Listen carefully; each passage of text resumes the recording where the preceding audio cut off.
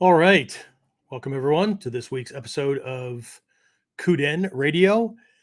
Let me start off by saying that at the risk of, I don't know, getting people to click away or whatever, today's not been a good day. So, what the hell just happened?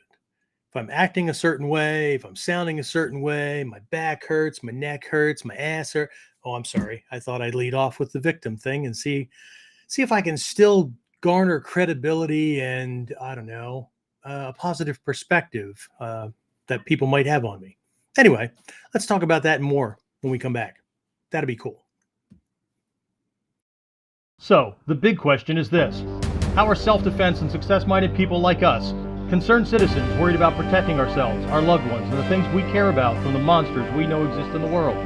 How do we train in a way that gives us the skills, knowledge, and understanding we need without becoming paranoid fighters or killers ourselves, and yet still allows us to be the hero protector the world needs us to be? That's the question, and this podcast will give you the answers. My name is Jeffrey Miller, and welcome to KUDEN Radio. Real training for real people in a real world. All right. Hey, we're back. And for those of you who missed it, I pseudo-whined before I did that little intro. But you know what? I'm tired of hearing that shit. I really am. Right. James and I work our asses off. Right. Just making things happen. James came in looking all grumpy this morning because we had website issues and whatnot, but I didn't hear a peep out of him the whole freaking day because he was just working on getting it done. Right. So anyway, what the hell does this have to do with anything? Well, the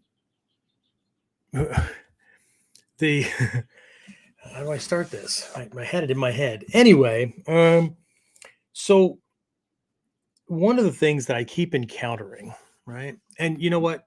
I'm guilty of it as well, or at least I was way back when I first started. And luckily, I had mentors who would kick me in the ass when I did it. And they would either do it overtly or they would do it indirectly, like a lesson in class. Now, the lessons in class, I don't know that they specifically taught it because they were talking to me. Sure felt like they were talking to me, right?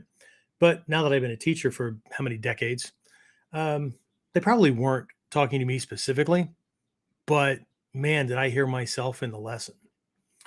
And what I got in many different forms had to do with whether it was self-belief or it was being mindful of my actions. And those actions could be thoughts, they could be words, right? They could be plans, they could be internal chatter or visualizations, daydreams, night dreams, whatever. And of course, most people, when they think of actions, they think of physical, actual doing kind of things. But to be mindful of them because they're all influencing my world and my reality. Okay. So we're all martial artists. We're all trying to be warriors. But all too often we get caught up in only thinking in those terms or about that realm when it comes to somebody physically attacking.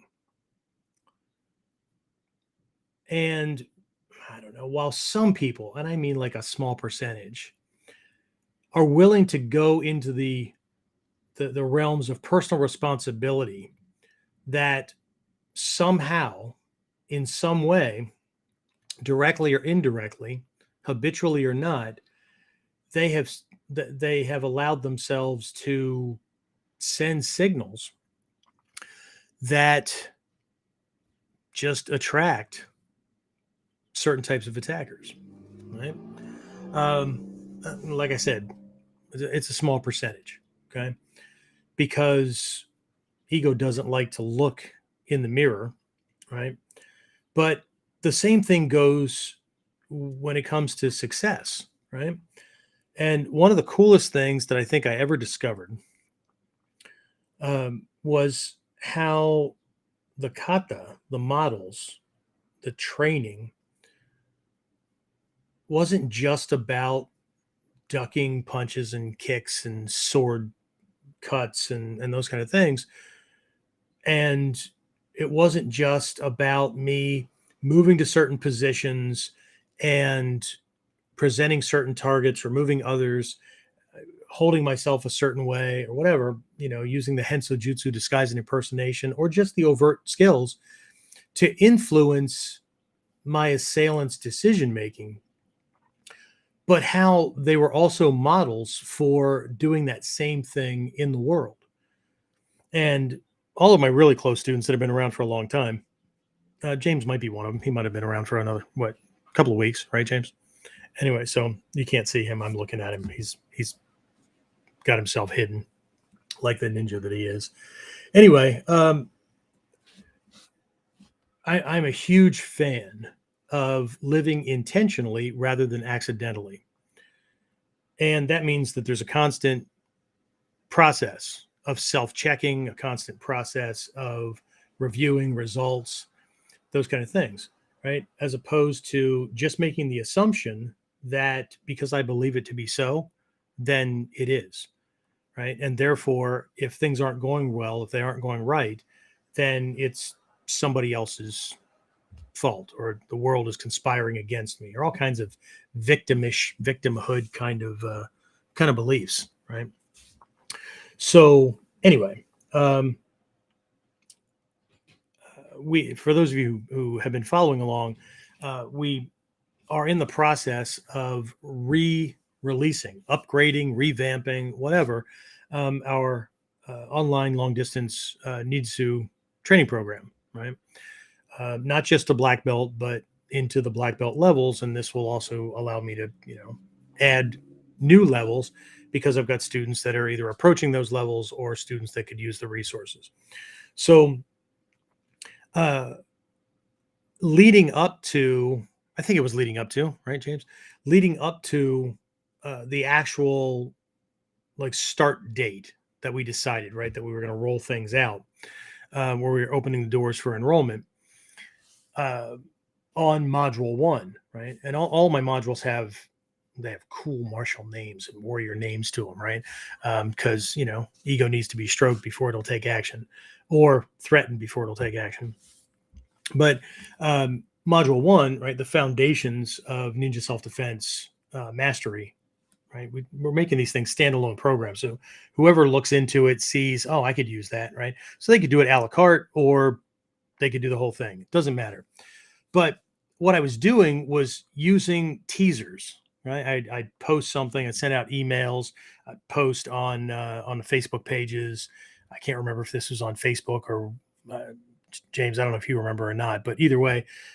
So one of the questions that I posed was, because it gets people to open their emails, right? It sparks curiosity, which is one of the universal motivators for human beings, especially if you do it with an open loop, right? And what that means is you pose something, but like a question, or you start a topic or whatever, and then you, well, I'll tell you in a minute.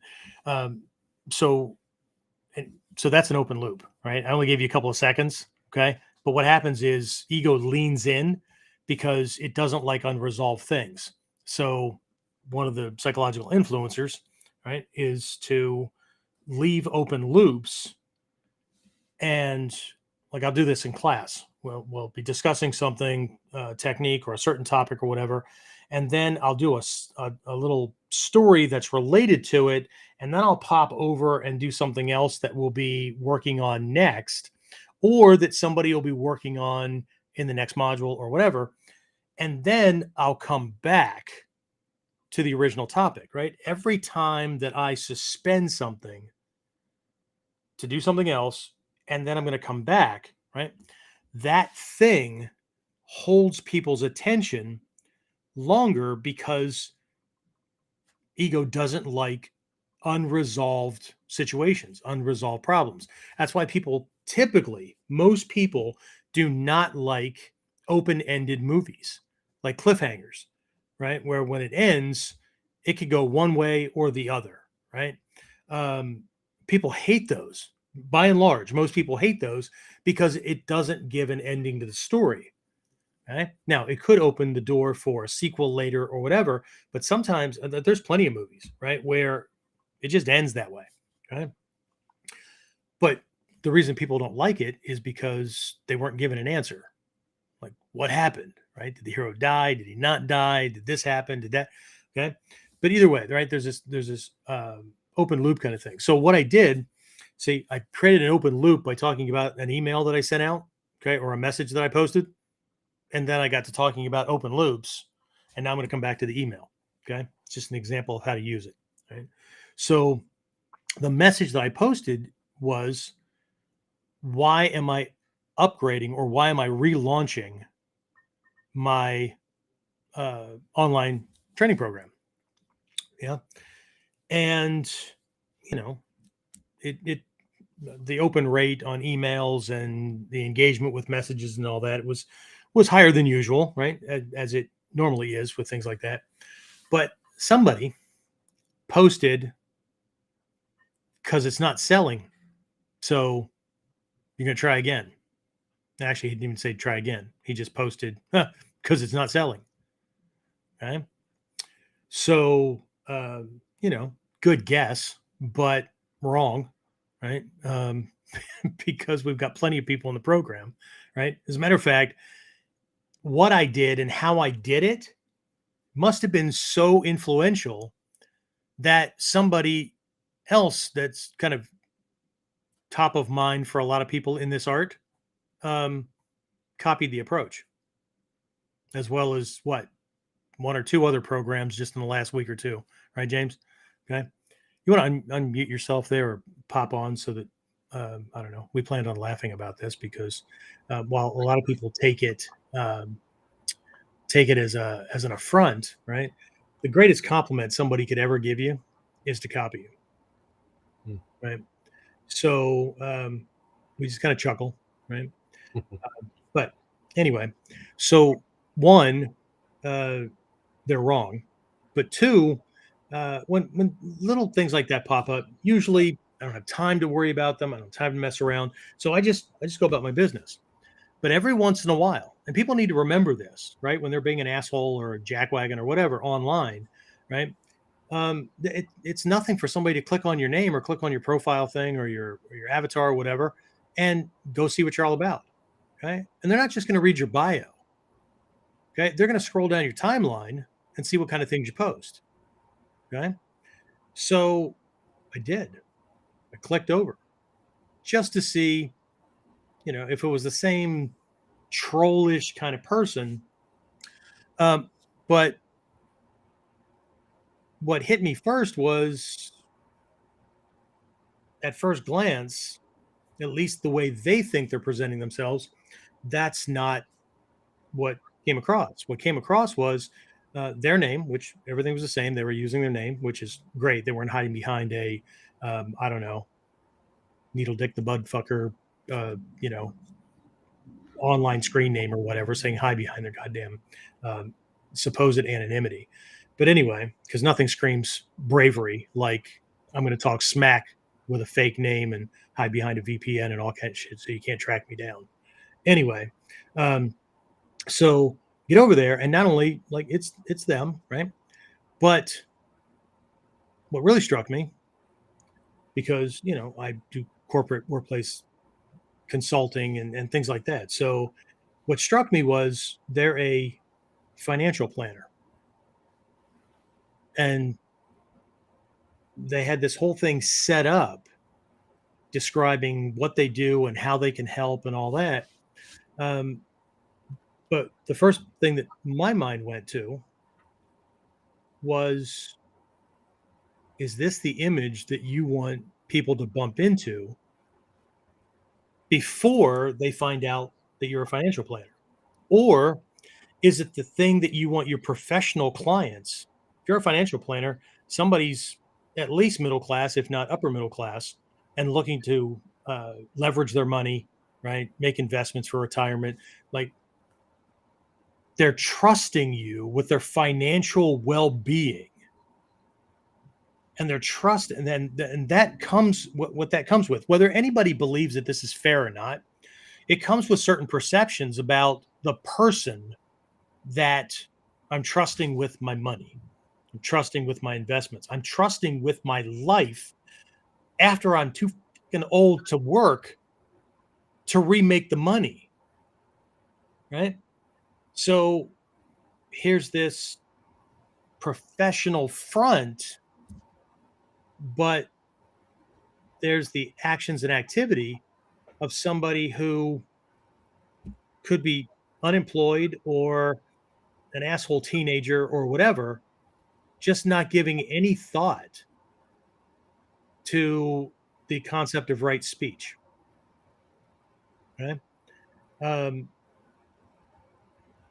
because whether we like it or not, right, people's perceptions, beliefs, viewpoints, whatever, are based on, at least in the beginning, first impressions. But impressions can be changed and altered because somebody bumped into a piece of information or a comment or what. I mean, shit, people are getting canceled left and right in today's world, right? All they have to do is, you know, wear the wrong colored shirt, right? Who knows, right? So, but they're not giving any thought to this. And so, you know, a client's moving down the line and everything's going well. And all of a sudden they get this piece of information, okay, that can really throw things off. Okay. Speaking of which, but I wasn't going to cover this one tonight, but let me share a story that really highlights this and how I personally had somebody that was looking out for me. So they were in an influential position, reached out when something bad happened in our community, and then I had to reach out in less than 3 hours to please tell them to stop helping. Okay. So a bunch of years ago, my dojo was in another town over, and I get this phone call from the head of the news department for like one of the biggest radio stations in the area.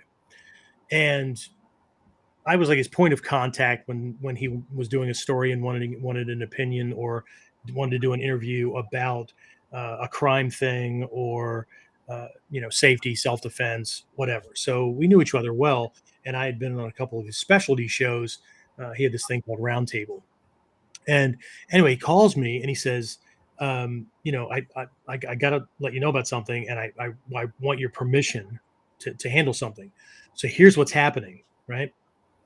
There's this guy who has the same first and last name that you have, right? His name is Jeffrey Miller, and he beat, and I can't remember at this point if it was wife or girlfriend, and harmed his child, right?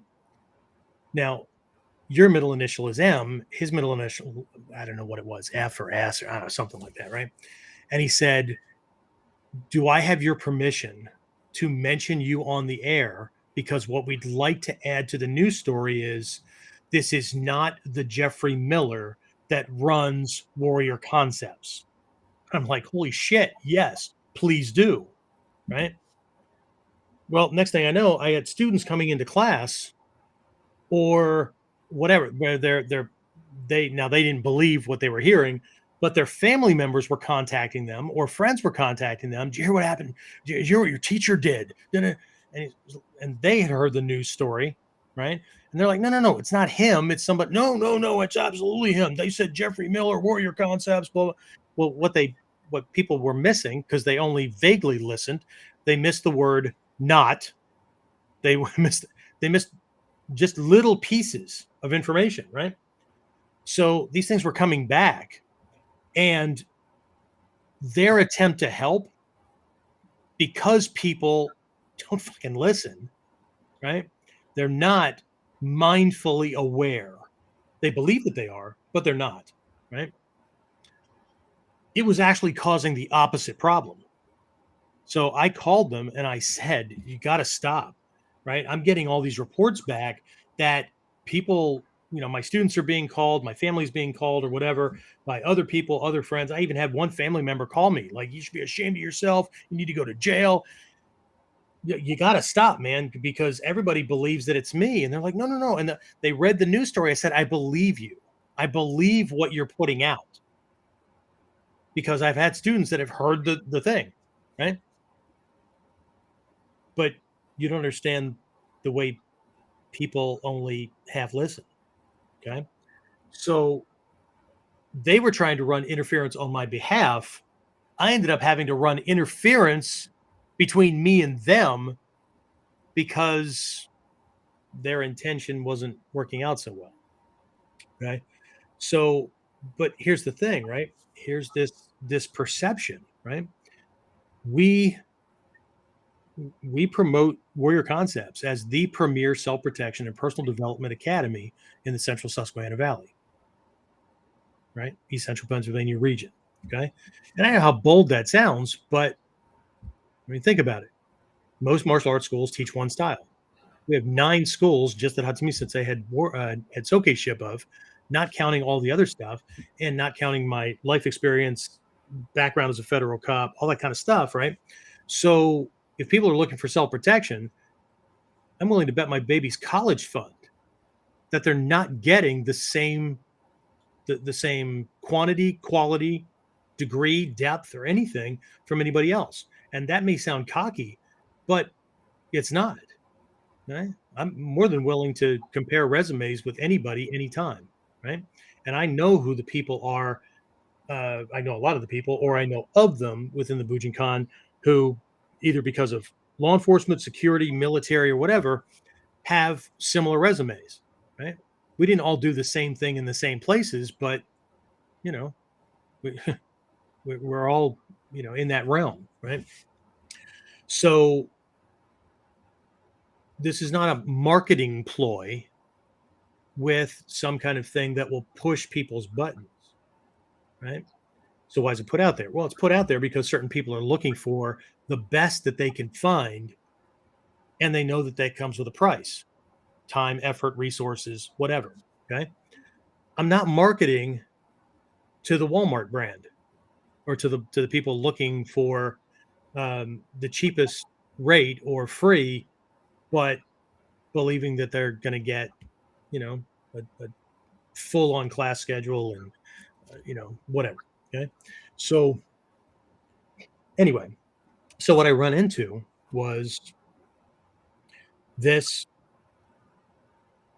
I'm going to use the term supposed professional, right? Because the people that he was marketing to, based on structure and the way he wrote things out and whatnot, it was obvious that he's marketing himself to like corporate C-suite or senior managers and people that have a nest egg that they want to, make sure, one, it's safe, two, that they can grow it, and three, that they're going to have a comfortable life after they retire, right? Well, whether we want to believe it or not, that comes with certain perceptions on the behalf uh, on the part of the people that were looking to hire us. Okay, trust and those kind of things, and they're not looking for childish comments. They're not looking for these clients are not, and because I work with C-suite people all the time, they're not the one to see a comment like he posted on my thing and go, "Oh snap, you got him." Right? That's not them. That's going to make them pause, because then when they see what he does and his promotional material, that's called cognitive dissonance, because there's going to be a huge disconnect, right? Because when we think of, you know, whatever. Okay. So anyway, there were a couple of little questions that popped up in my head, and I'd like to share those because this points to now again, my guys that are in the Sanji Shichidobo and 37 Fundamentals Leading to Enlightenment course, we're about to wrap that up. We got 2 more classes left, but they've been through many of these things. There's also a pre-webinar on one of the topics they just finished up 2 weeks ago, right? 7 characteristics of an enlightened mind. Okay. And one of those 7 characteristics is understanding karma, understanding the law of cause and effect, right? understanding and not running around with this diluted sense that I can think anything I want, say anything I want, do anything I want. And well, that might not play out the way like, you say it will. No. Okay. Specific actions produce specific results. If that were not true, then we would not be training. We couldn't trust the kata. We couldn't trust the lessons. We couldn't trust the skills. We couldn't trust a teacher or a mentor's past experience of using the same processes over and over again to produce the same results, right? I mean, if we want to believe in Mandelbrot's, well, that's not that it's not true, right? If we want to believe that the universe is controlled by Mandelbrot's law of chaos, now that exists, but that's not just the way things work, right? Because if that were true, I mean, if anything could happen at any time and nothing was going to play out, right? Then every night that you closed your eyes to go to sleep, and while it's true before a certain age, right? Or after a certain age, there's no guarantee that you're going to wake up in the morning. But we all go to sleep perfectly fine. No thoughts about dying in our sleep or anything like that because, right? The chances are greater, right? Because it's just the way a human life works, right? It's the same thing. Job's going to be there tomorrow unless I'm a dick and do something to make them not want me around anymore. Same thing with my partner in crime, also known as my wife, right? I mean, there's something to be said for understanding how this thing works, okay? But I do believe that a lot of people never give it any thought, or when they're called on it, ego steps up to use things like, well, it hasn't happened yet, so it's chances are it's not going to happen. Oh, okay. Well, you haven't broken your leg yet, so chances are, that's never going to happen. You haven't died yet, so chances are that's not going to happen, right? Whatever, right? So anyway, so I jotted down a couple of these things that just kind of popped up when I was writing down this idea for a what do you call it? For an episode, right? Are we still good? Because my screen shifted here a little bit. We're still good. Okay. All right. So this 7 factors or 7 characteristics of an enlightened mind. Again, one of them has to do with karma. Okay, it has to do with understanding how this thing works. Okay, now it's not just as simple as an action, a thought, word, or deed produces a specific outcome, right? Because there's 2 types of karma. There's direct karma. Those are things that we can track, right? There's only ever one direct karmic influence that produces any given thing.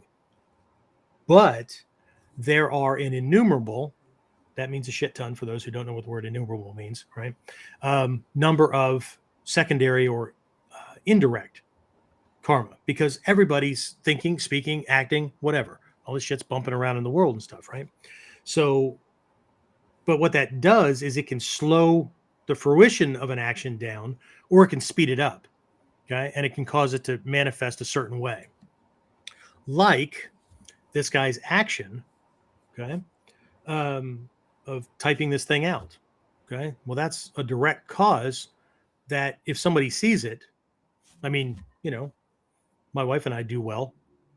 Guess who I won't be calling to do any kind of financial work, right? And not because he slighted me. It has nothing to do with that, right?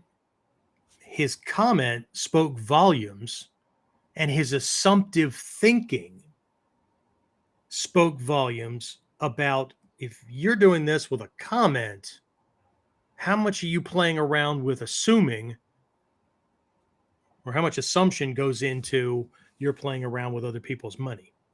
Okay. Of course, the other thing I'm going to wonder too is, how's your money doing?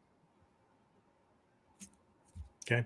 So, but there are these things, right? So, well, James, we were talking about something earlier today too that came into this when it came to people's thinking. Because what I want to talk about, obviously, during this one is karma's a bitch, right? And being careful with things. Oh, the foundation of things, right? The hindrances, right? Right. Yeah, those kind of things. Anyway, so here's just a couple of things about what I jotted down with this thing, right? And again, he's a senior financial advisor, right? So he's not just a financial advisor, an accountant who's a what do you call him, an associate in a firm or whatever, right? Not only is he a senior financial advisor, but he runs the company. Okay. Anyway, there's that, right? So, again, my first question was, what does the comment say about that person? Who would trust them with their money and or financial matters? Okay. And I came up with 3. For those of you who know me and had been around for a while, you know that I tend to use the 3 and 1, 1 and 3 principle. That's a big crux of the Gyoko school, right? But who's going to trust them? Okay. Who would trust them with their money, right? 1 are those who don't know this side of him. Now, everything's going to go well unless they find out. And if he's willing to toss that out, right? What might he be saying behind somebody's back? Okay. This is one of the things that I always looked for when somebody was leaving a job or getting out of a relationship. Okay. I was single once. I was single many times. But anyway, if immediately somebody jumps to slamming their ex, and that's a part of our, initial conversations, right? They don't even know me that well yet. We're not even connected yet. So if they're willing to do that to this other person, what are they going to say about me when things are not perfect between us going down the road? Okay. They can't keep relationship matters to themselves. They can't, whatever. Okay. So they're fishing for an ally, but we're not even friends yet. Right? Same thing. Somebody's complaining about a former employer or whatever, right? I've had people come to me asking me about, working for me. Okay. But for the last months, years, whatever, all I heard was you slamming this other person that you work for. Huh. Interesting. And you just did that publicly out to everybody. Right? Why would I take a chance?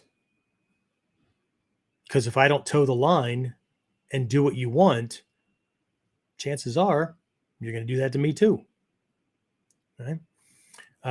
So anyway, right. So people who don't know this side of him would hire him, right? As long as everything else looks right.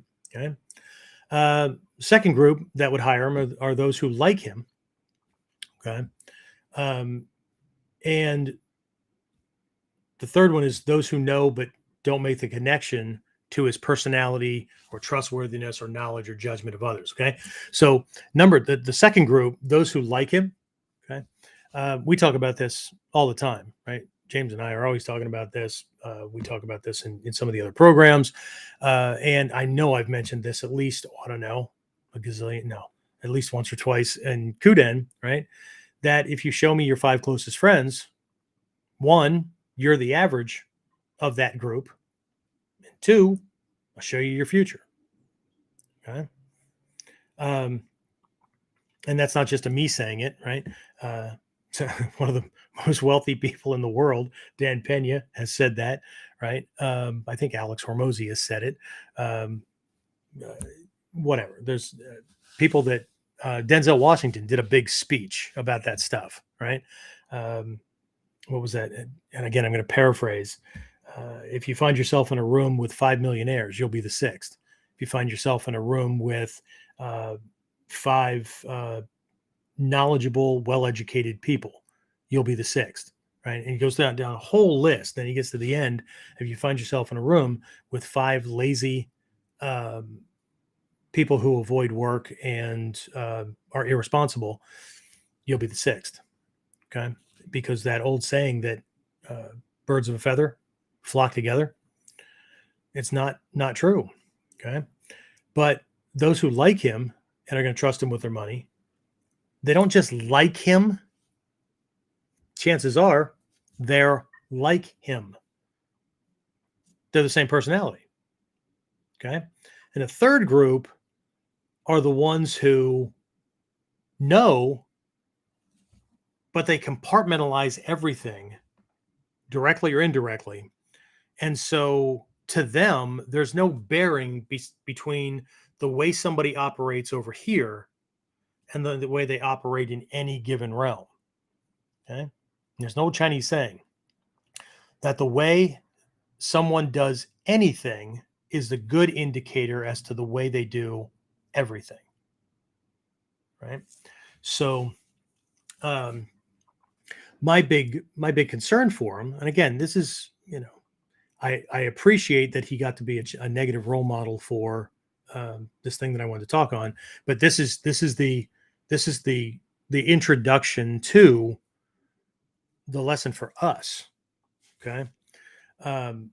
But anyway, back to this, right? So here's the thing. He's leaving evidence that will, at some point, right? Remember the law of karma. Right? We'll come back and talk about karma, because I'm sure I'm confusing the shit out of some people, because how does karma have anything to do with cause and effect, right? Because of the definition somebody gave them or they believed or whatever, right? So he's leaving evidence that will, at some point, have a karmic effect on him and his livelihood. Okay. So one of the Noble Eightfold Paths, one of these 8 conditioners of our life experience, okay, that is in our Mikyo, is right livelihood. Okay. But again, here's one of those misunderstandings, because to most Westerners who know the word livelihood or who use it, it's almost exclusively used to identify what, James?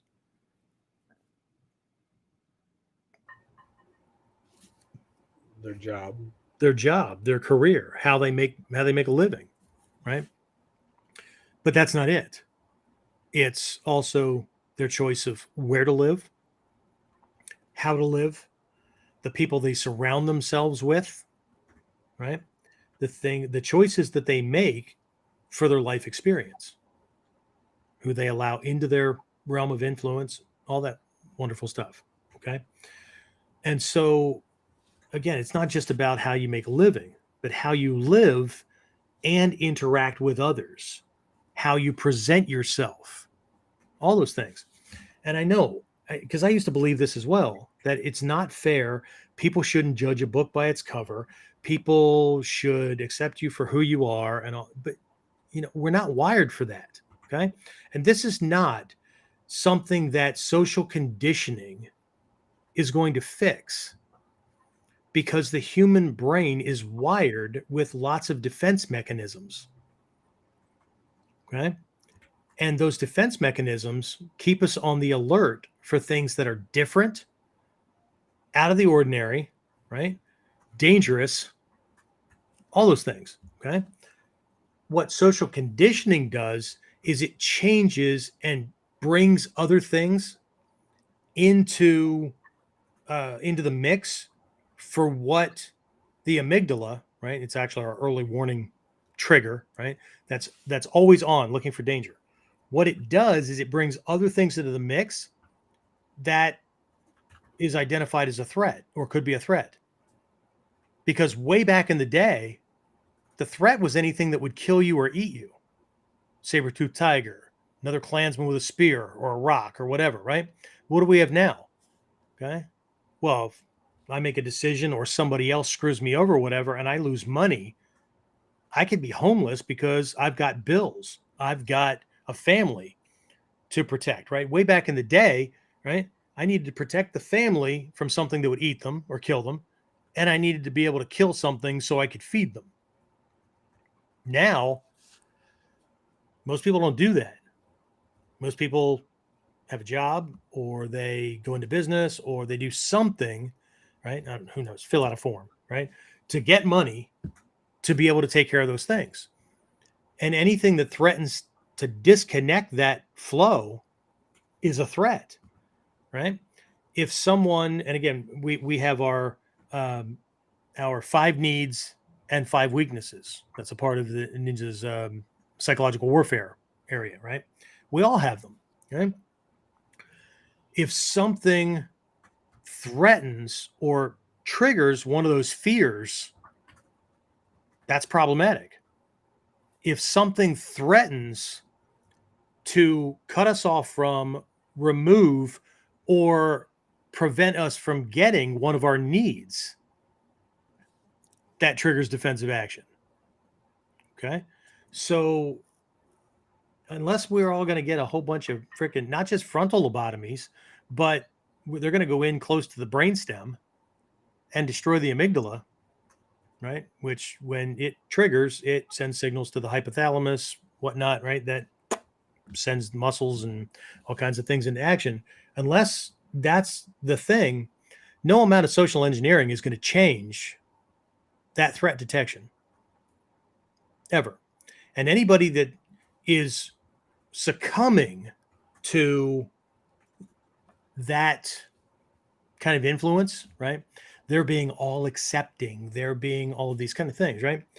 Either they have put on blinders and have chosen a naive perspective, right? So they don't believe that anybody is out, they're ever going to be a target or whatever, or they're running around trying to make sure that everybody likes them, so they're not going to be a target, or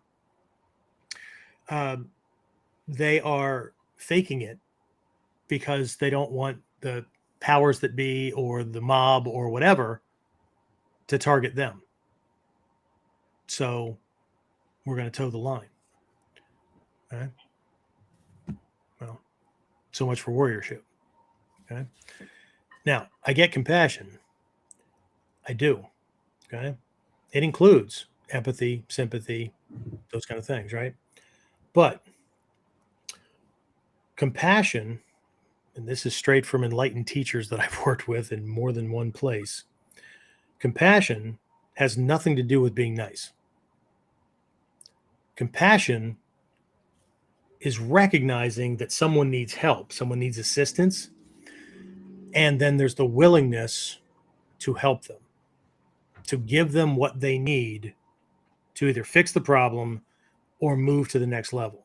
And if you can't, then you'll at least be a support or not interfere. Does that make sense? Right?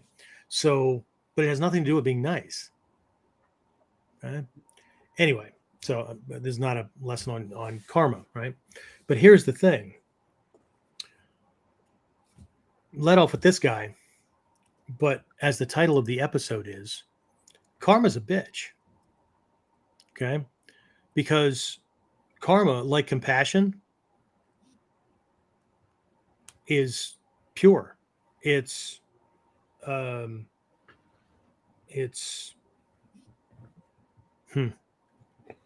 cold, right?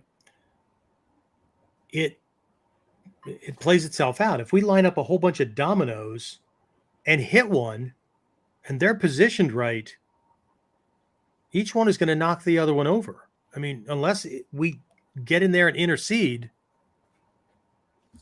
then there's nothing to stop it. Okay. So what are we doing? Right? Are we being mindful of these things? Right? Do we have our, I'll call it the microcosmic focus, right? Do we have our little mind, right? That's focusing on day-to-day details. Do we have that operating based on the microcosmic vision? Okay. Said another way, do we have a vision of the life that we want to be living? Or do we have a vision of, let's just keep it in the martial arts realm, do we have a vision of not the rank we want to hold, but the skill set we want to have, the abilities we want to have, the kind of problems we want to be able to handle, right? And then does our day-to-day training make sure that we're focusing on those things? Because the things that we do day to day, the thoughts, right? And these are all habitual things. We've been talking about this stuff in the 37 fundamentals course. So this is going to sound like, I don't know, singing to the choir to the guys that are in, the girls that are in that program. The actions, right? The habitual tendencies that we have, the thoughts that we have all the time, the word patterns that we keep using, the habitual actions we keep making, right? As we build this ladder that's supposed to get to the star or the roof of the building or whatever, right? Each one of these things is a rung, right? And it has to play itself out. This is not belief. You know what? I should probably back up here, right? One of my guys, Sam, from upstate New York, when he saw the little promotional slide that we put up for the KUDEN and stuff, he posted, right, that karma is one of those misunderstood things that, you know, everybody nods their head about. They think they understand, but they don't. As a matter of fact, we'll bring that up if I can find it quickly here, because I don't want to misquote. Right, it was something else that somebody else posted today, and I'm hoping that like he actually responded to me and gave me permission. If not, I will. I'll paraphrase. Okay, I asked somebody for permission to quote from one of their things today, and I don't know that they gave me an answer. So let's see. Where is maybe? Let's see. Do you know where it is, James? I'm looking. I'm trying to remember which which of my many pages it would have popped up on, and he commented to it. Maybe. Oh, wait, what's that one? Nope, that's not it. Anyway, we'll just keep on going here, right? But it was Sam. He posted about this idea of karma, right? And people don't understand it in the context that it was originally passed down in. So we should probably do that, right?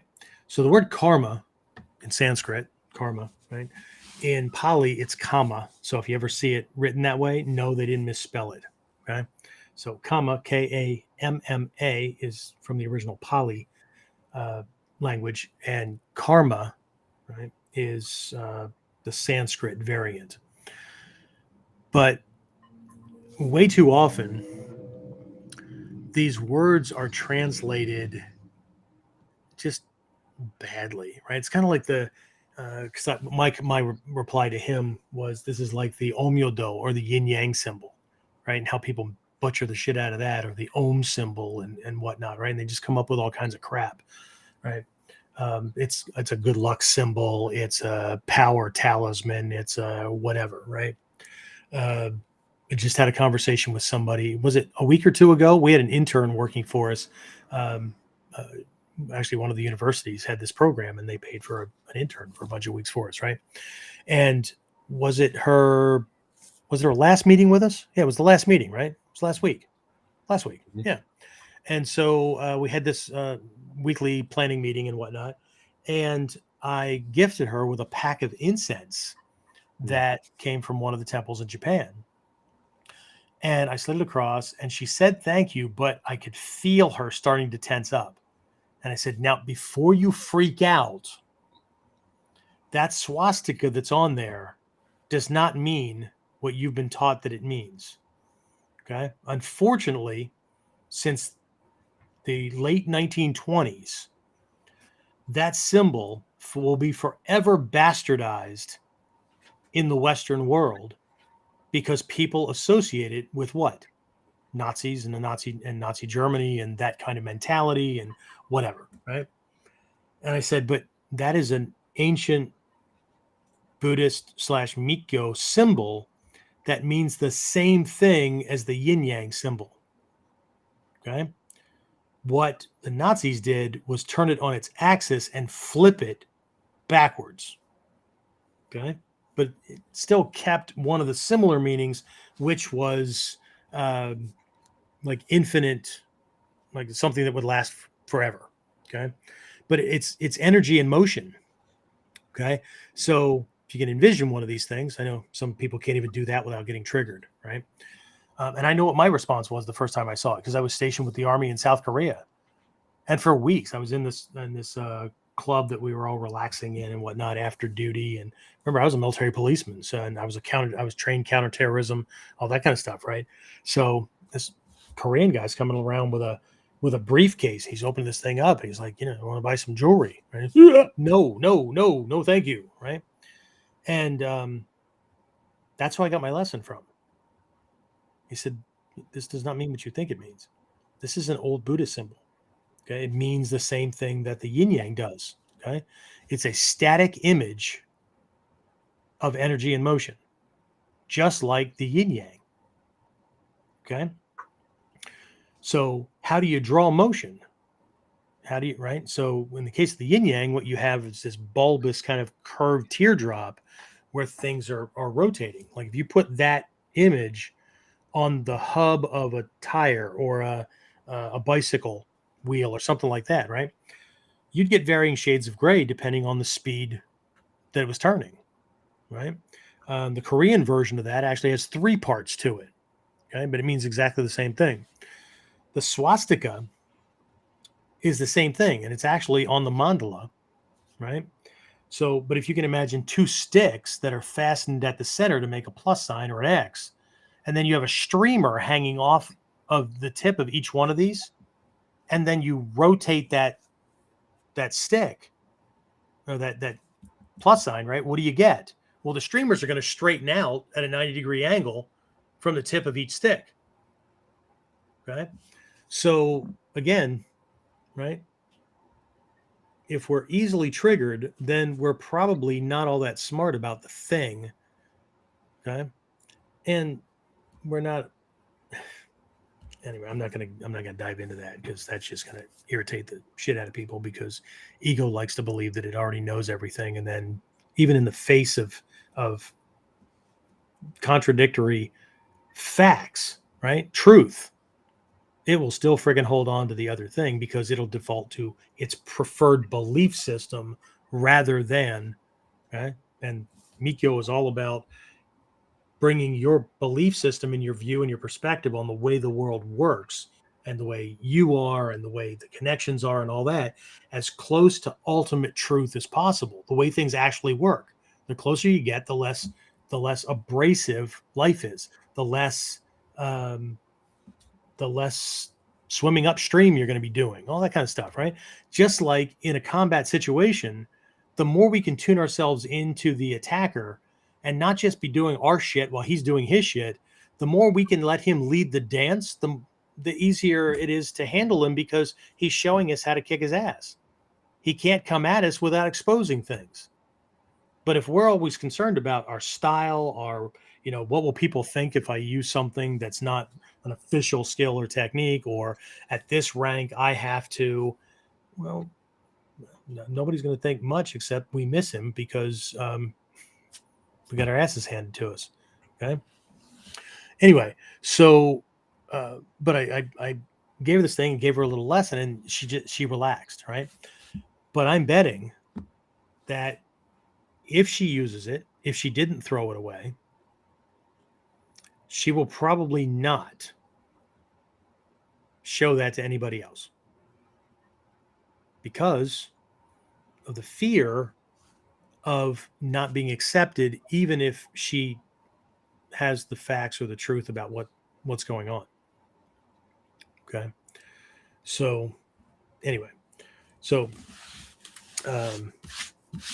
anyway, do we have any questions or comments that have popped up so far before I take this any further, as they would say around here? Just Dave Fletch said happy Monday, and Julie said hi. That's it? That is it. Wow. Well, I appreciate you guys listening in. Maybe the rest of them just fell asleep. Who knows? Okay. All right. So, karma. Okay. Not chameleon, but karma. Okay. Got it, the song? No. Anyway, it's an old guy thing. Anyway. All right. So,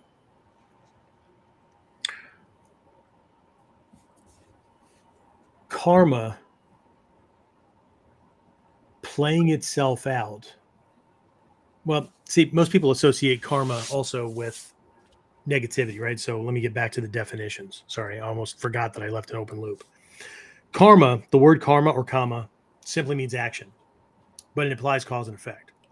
Okay, Shirai Sensei, one of the master teachers in Japan, in his best broken English, right, with Japanese syntax, always says, good action do, good situation make. Now, action could be thought, could be word, could be actual physical action, could be a plan, could be not saying something, doing something, acting, whatever. Okay. Good action do, good situation make.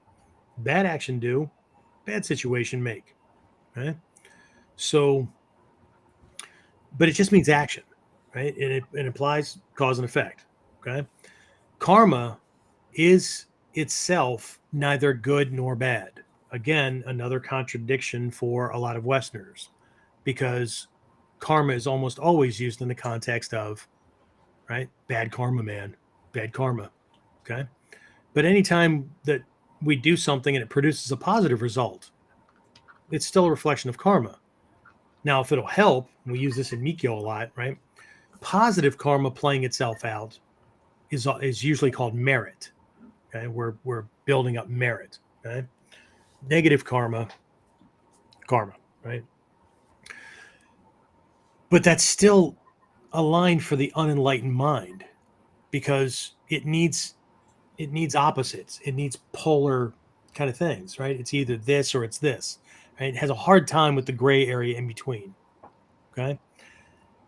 It has a hard time with understanding that any action has negative and positive potential built into it from the very onset.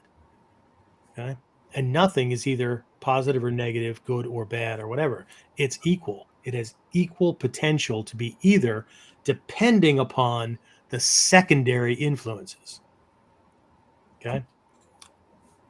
But there are a handful of ones that are, we just see as negative, right? Like killing somebody. Okay. But here's the question. Was it justifiable self-defense or was it murder? See, the secondary, right, influences, the variables, the other conditioners make it what it is. Because in either context, a life is taken.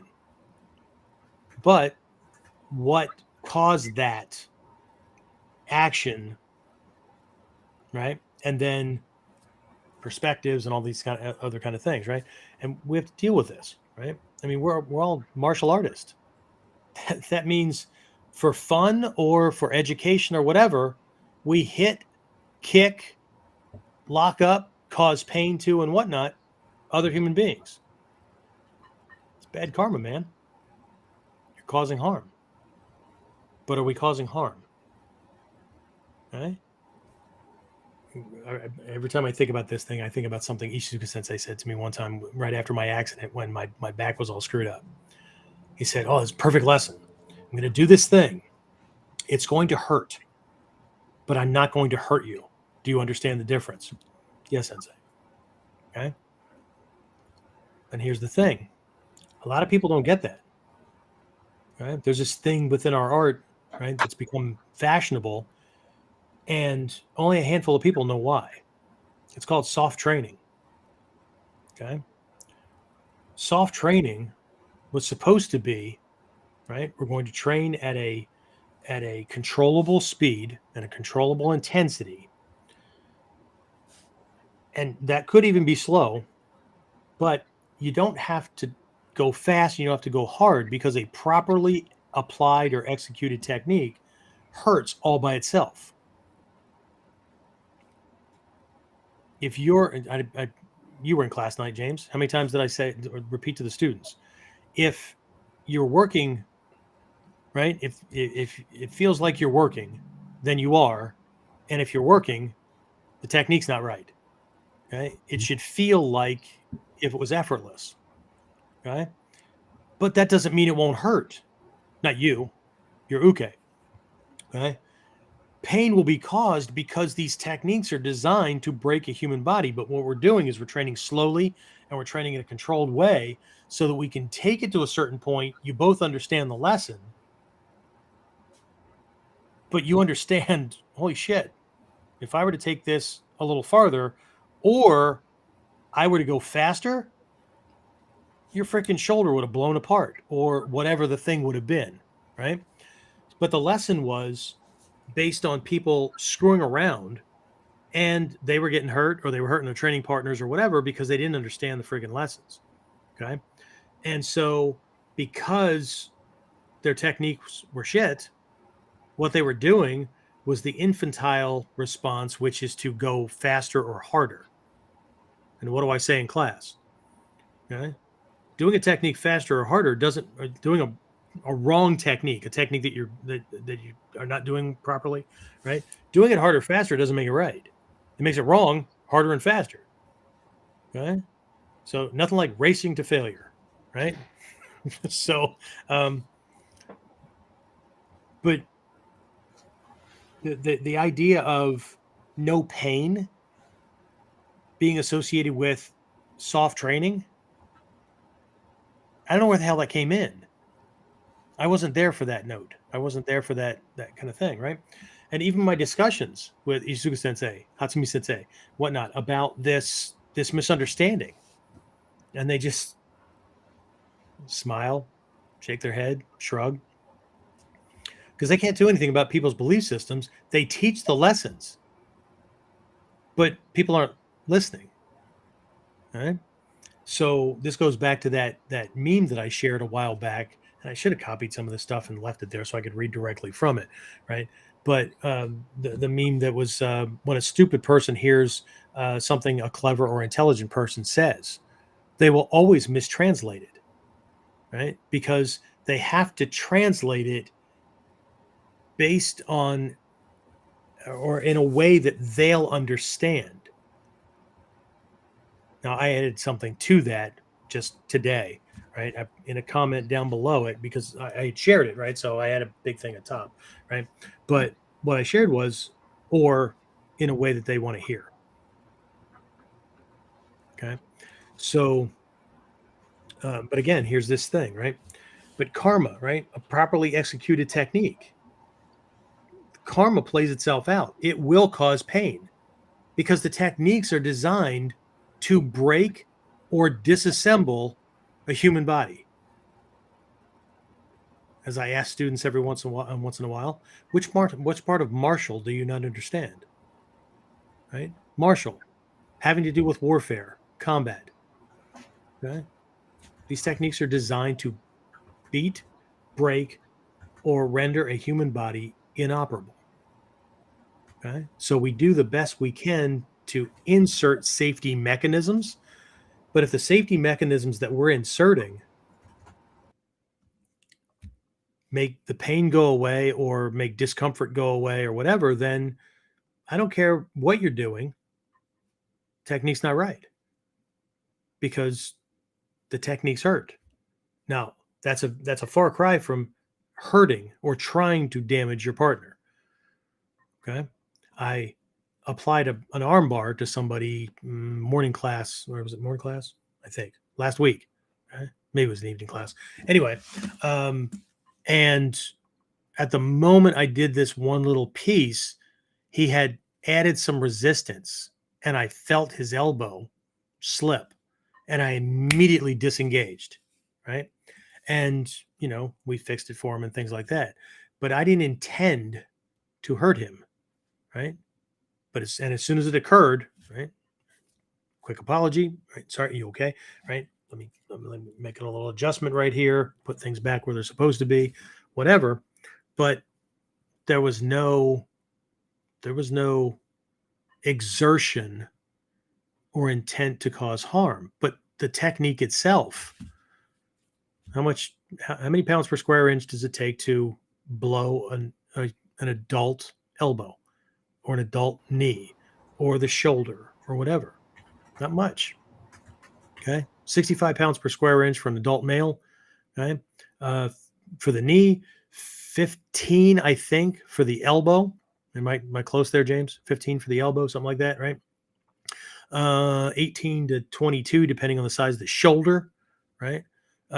So not much, right? But again, see, every time we make a decision to do something, okay? But I've been dancing around this thing, right? Because again, the law of karma is that it must play itself out. Okay. Now, this sounds like an out, but it's not. It must play itself out unless acted upon by an equal or greater karmic force. Now that sounds like, ooh, if I can create some karma, right? What I can do is I can cut this one off so I don't get, I don't get myself beaten by my own stupidity. Okay. Yeah, no. What you can do is you can slow it down. You can stretch it out, or in some instances you can minimize things, right?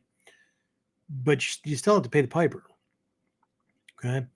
And my concern for the young man who posted his little comment was, I hope that his livelihood is not at stake if he's hoping to get a contract or a client or whatever, where some significant coinage for supporting his family is involved, and before or even after the contract signed, they don't bump into stuff like this and go, oh hell no, because they're concerned that they'll be seen in the same light because of association, right? And if you don't know how that works, then you haven't been watching the news or Facebook or whatever bullshit's been going on in the world. Okay. So anyway, so why is karma a bitch? Well, on one side, we've got ignorance playing, because we want to do whatever we want, and we want to believe that, as long as nobody saw it, as long as nobody caught me at it, whatever, today, right? Then it's all good, right? The end justifies the means, so to speak, right? So there's an ignorance thing that plays with it. But the other thing is we misunderstand the playing out of things, because just like people want to avoid, they want to involve themselves in martial arts because, see, there's this fantasy thing that goes on, right? I want to imagine myself. Now, they would never use these words, right? But I want to imagine myself the baddest MFer on the block, right? I want to imagine myself to be the super warrior or the superhero, right? Even though I know that whenever conflict pops up, I cave, or I go into escape mode or whatever, right? They want to do that, but they don't want to experience that kind of thing in class. Okay? We see people do that every once in a while. Now we put the kibosh to it right away, right? Where somebody likes hurting their partner, but as soon as their partner even starts to do the technique, right, they flinch and fold and whatever, right? And that speaks of psychological problems that go way beyond not wanting to feel pain. Okay? But what we don't understand is that karma, in the negative sense, karma being a bitch, right, pierces through the delusion, pierces through the ignorance, and shows us where we need work, shows us where our opportunities for growth are. Okay. And if we can summon up the courage, then we can combine all these lessons. Okay. Karma must play itself out. Karma has an intensity factor and it has a time factor. Okay. will play itself out unless acted upon by an equal or greater karmic force. See, here's the thing in Mikyo. Everybody wants to do Mikyo until they, just like they want to do Ninjutsu. We have some t-shirts on, here's a shameless plug, on WCIDragonsden.com. We have some t-shirts and some mugs and things like that, right? And some of these things say everybody wants to be a ninja till it's time to do ninja shit, or everybody wants to be a black belt till it's time to do black belt shit, right? So we're okay with, people not buying those because, who wants to wear them unless they're like, yeah, because they're not faking it. They see it around them all the time. Okay. Everybody wants to do Mikyo because it seems like they can recreate their lives, using magic or whatever. Right. I think I just covered this last week in the Sanjay Shijo program again. And I might even have mentioned this in class at the dojo, right? You can always tell where someone's limit is, right? When these hindrances start to pop up. Okay. We'll talk about the hindrances here in a moment. I'm not going to go into all of them, but James and I were talking about something earlier that remember when I was ranting this morning, James, and I said, I just don't understand how people cannot produce more results or how they can hide behind ignorance and all that when they carry a fucking supercomputer in the palm of their hand and they've got access to all the freaking knowledge that's ever been amassed by human beings. Yes, they have to have the discernment ability to navigate the shit that's there, right? But that's just a matter of not just doing one Google search and whatever, right? But you can always tell where someone's limit is because it's one step short of the thought or feeling or actual spoken word that sounds like this. That's too much fucking hard work, or that's just too much work. Okay. So their limit is one step before that moment. Okay. So I can, you can look at to see where people have stopped life-wise, career-wise, relationship-wise, martial arts training-wise, all those.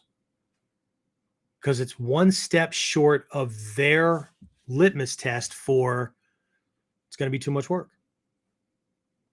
Some people take one class, never come back. Why? Well, on one side, the goal was to take a martial arts class or to take martial arts. Well, congratulations, right? You only needed one class.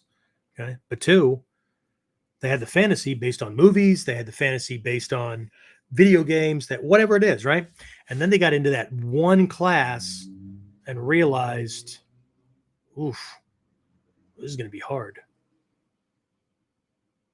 Yeah, this is not for me. Okay. So, but again, same thing in Mikyo. Okay. But here's how Mikyo handles karma cooking itself off. Mikyo accelerates the cooking off of all bad karma, which means it's not going to be pleasant for a while. You actually trigger it to happen. Otherwise, it's resting in the subconscious storehouse as what this translates into English as a stinking seed. That when the conditions are right, just like a seed in the ground, when the temperature's right, the moisture's right, the nutrients are all where they're supposed to be and whatnot, that seed will germinate. A taproot will go down, stem grows up, it becomes the plant that we see above ground. Okay. So these are the analogies that past masters use, right? But this requires an inordinate amount of bravery and intestinal fortitude. And the stuff that we're covering in the Sanjay Dobo program, while I call it Mikyo, it's actually the precursors to actually doing Mikyo proper, right? It's all the base lessons that all that symbolic stuff is going to keep pointing back to. So a syllable or a gesture or whatever represents a freaking ginormous lesson or truth, right? It is not for the faint of heart. It is not for the lazy. It's not. Okay. Karma is a bitch.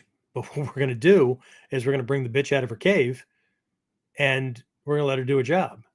Because until we cook it off, just like this guy's comment, until it gets cooked off or until he leaves. Now, that's always going to be there. But until he does a bunch of positive karma or generates a shit ton of merit that speaks of him being a very different person. So this, when it cooks off, is minimized in comparison to all of the other karma he's put into action. It's a stinking seed waiting to bloom. Okay. So, right. Anyway, where was that? Where else was I going to go with that? The karma. Oh, the thing we were talking about this morning. Anyway, do we have any questions or comments before I talk about that before we wrap this up? Just that Florida Budo said that he's on. Oh, cool. Welcome. All right. So, James, you remember the conversation, right? Where we talking about how did it get sparked off? Because it was about somebody complaining that they didn't have something, or there was this victim mindset. It was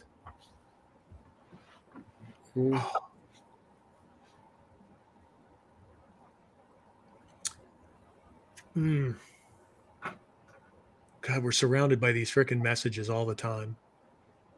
I want to, but I can't. I want to, but I can't.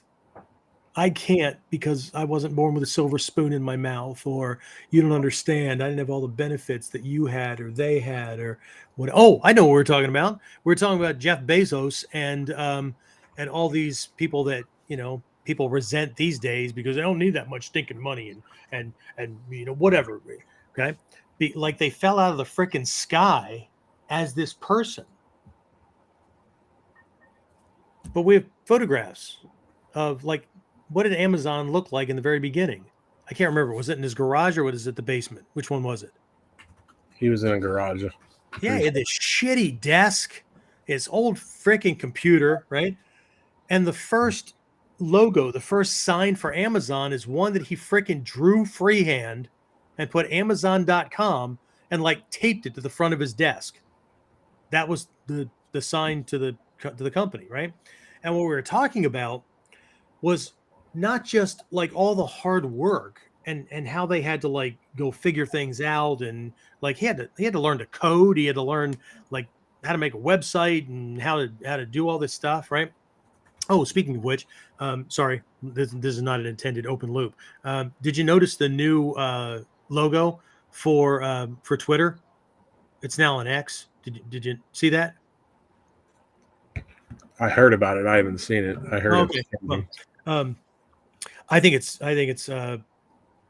interesting because Elon Musk just went full circle, because he started off, he was the creator of PayPal. Not Right. many people know that, right? But PayPal wasn't PayPal in the beginning. It was X.com for exchange, right? He brought the X back, right? Anyway, sorry. So what we were talking about was, you know, this was in the infancy of the freaking internet, right? But what we're talking about was, and this kind of coincided with another branch conversation about what I mentioned earlier, right? People spending more time worrying about other people's opinion of them or these other influences that are going on, right? That, you know, if they don't toe the line, if they, you know, what if I fail, whatever, right? And so we're talking about these guys, right? And if you don't think that a guy deciding that he was going to start at like and grow the biggest, because that was his goal, right? The biggest online shopping site, right? during a time where they didn't exist. Okay. And you're going to make the biggest one, but you're in your garage and you got a shitty secondhand desk with a hand-drawn sign, right? And you're doing this stuff. If you don't think that a bunch of family and friends were like, yeah, okay. Or maybe even a wife going, well, I support you, honey. But meanwhile, thinking just another fucking boneheaded plan, right? Not going to work out like the other ones didn't, right? Okay. And then that brought up James mentioning a former CEO of Coca-Cola who's doing well in his own right. However, James, why don't you share that little piece of the story? That he was like best friends with Bezos at the very beginning, and he had the opportunity to get in with They were him. like high school friends or college Right, friends or something, right? right, So not just like acquaintances. right. And he offered him the chance to basically go in with him as co-founders of the company. And 50-50. right. And he had said that at the time I believe he was already getting set up with Coke at the time, and he thought that was his best route because that was, the quote unquote safe way to go, more guaranteed. And like they had talked to him much later now with the success of Amazon. He's like, you have any idea how much money I would have, just like he does, if I went that way at the time? I mean, he obviously has done well for himself, but he said, comparatively speaking, he could have been way far along and probably And sooner. faster. And sooner. Right. But again, karma is not just the choices we always, whether we decide to go in a given direction or we decide not to, that's still a karmic action. It's still something we put into play. Right? People think that if they don't act, that's nothing. But no answer is an answer. No action is an action. Right? Because you're either choosing to stand still or choosing to go in a different direction, right? Choosing to wait, whatever. Okay. So there is no safe thing. There is only putting karma into action. Okay. So, and while this guy has done well for himself, he's also had to put up with a butt ton of shit because for anybody that thinks the CEO is just doing, well, that was another thing we talked about today, right? Everybody's envious of the CEO or the lawyer or whatever, right? It's not in the fucking office working. Everybody else is busting their ass. He's out at the golf course. Yeah. Who's he on the golf course with? Right? He's on the golf course with other company heads, other lawyers, other influencers or whatever. And if they're not talking about the possibility of something, they're in the middle of something, right? Because they're going to be business partners, or they're making sure that they actually want to be business partners before they actually sign the thing, or that contract got signed on the freaking golf course, right? And so what's the difference? Well, the guys that are busting their asses are trading time for money. What are these guys doing? Brokering $1 million or $1 billion deals that keeps everybody else getting a paycheck because the money doesn't materialize out of nowhere. And unfortunately, they don't teach enough economics and shit like that in school for people to understand how this stuff works. It's just easier to, have a basic education so that you understand how to fill out your tax form or fill out an application without, I don't know, spelling too atrociously. Right. So karma's a bitch. Right. But where our conversation went this morning after talking about this stuff and people having no idea, right? Well, he doesn't need that much money. Really? Really? Really? Okay. When more often than not, the people that don't have it are more likely to say, if I hurt myself, I'm going to sue him. If he offends me, I'm going to sue him. I want the government to go after his ass. So where do you think the money's coming from to pay the fines that they end up having to pay or the settlements or whatever? So yeah, they need to have a ginormous freaking slush fund that doesn't go into their pocket.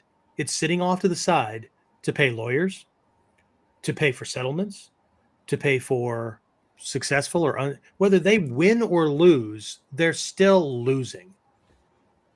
They're losing a shit ton of money just to defend themselves. Just like you might have to do if you successfully defend yourself against some asshole who decides to jump you.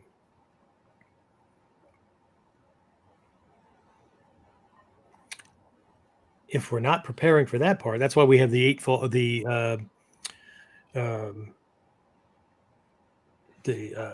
strategic, right? The 8 phases. The 8 phases. There we go. Jesus Christ. The 8 phases of effective self-defense strategy. And the last one is defending yourself against the legal system. Right? Every one of those phases is a different realm of self-defense. Right? General awareness. What might I have to deal with? Being very, very clear about what the whole realm is about. Right? Situational awareness.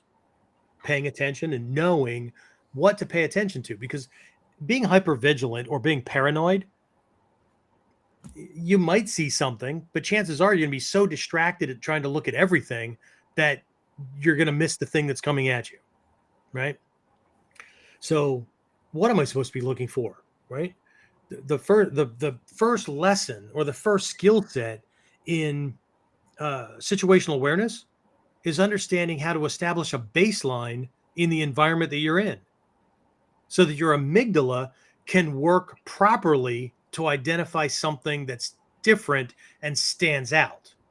You know, the thing that everybody wants to kill, right? You should see everybody as equal, man. You should see everything. You shouldn't make snap judgments and all that kind of stuff. There's a fucking part of your brain that's what it's wired to do. And if you're in this for self-defense or personal, whatever, right?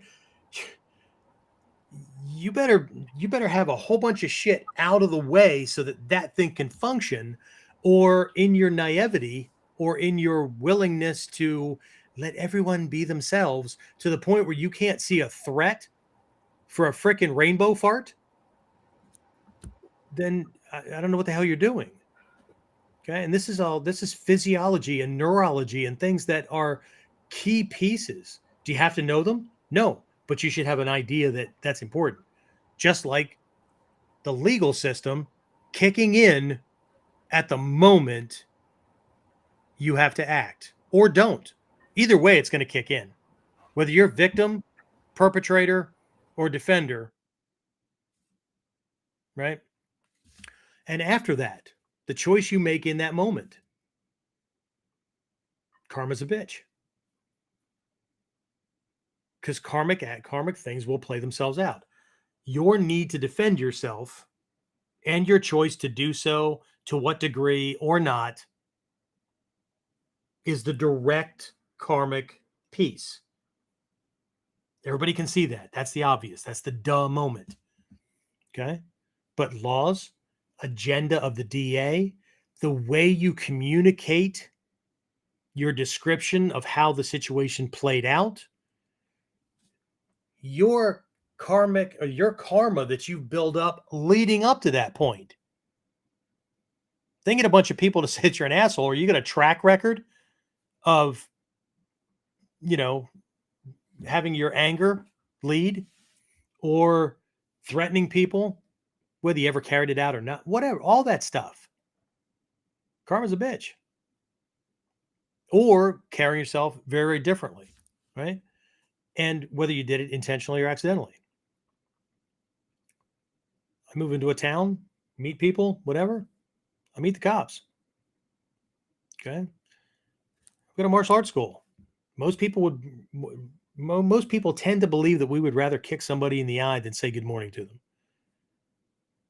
And if you don't think that a DA or the jackass's defense attorney isn't going to paint a picture of you having pent up aggression and you've just been waiting for the moment to use this stuff, if you don't think that's going to come up in a courtroom with 12 people who are selected because they're not martial artists, self-defense practitioners, and or military security people, you know how I know that they won't be on there?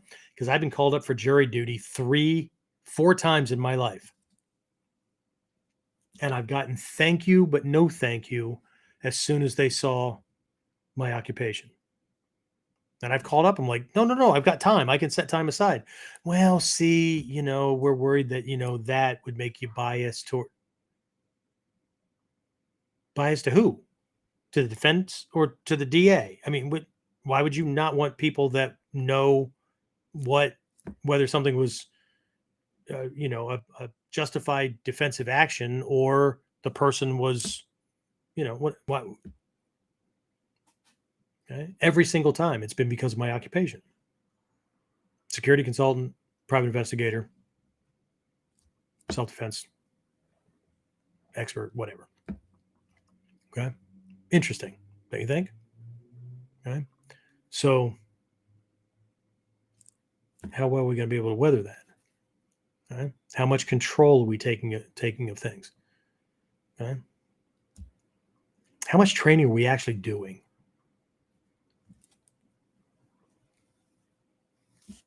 And when we do train, are we training to mimic a model so that ego is satisfied?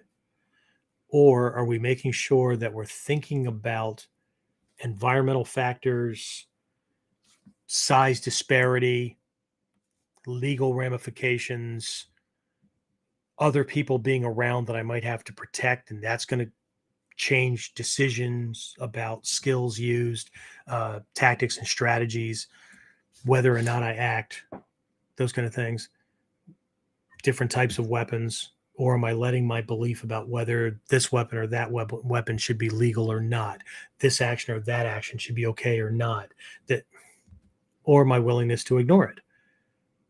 I'd rather be tried by 12 than carried by 6. Really? Then you know nothing about trial science. And I promise you, there are people that were justified in their actions and are sitting in an orange jumpsuit someplace. Or halfway through, they killed themselves because being carried by 6 was preferable to the kind of negativity they were dealing with. Being tried by 12 and having their life drug up and all kinds of things that they had grown past or not, or what. So as the saying goes, we are free to believe anything we like.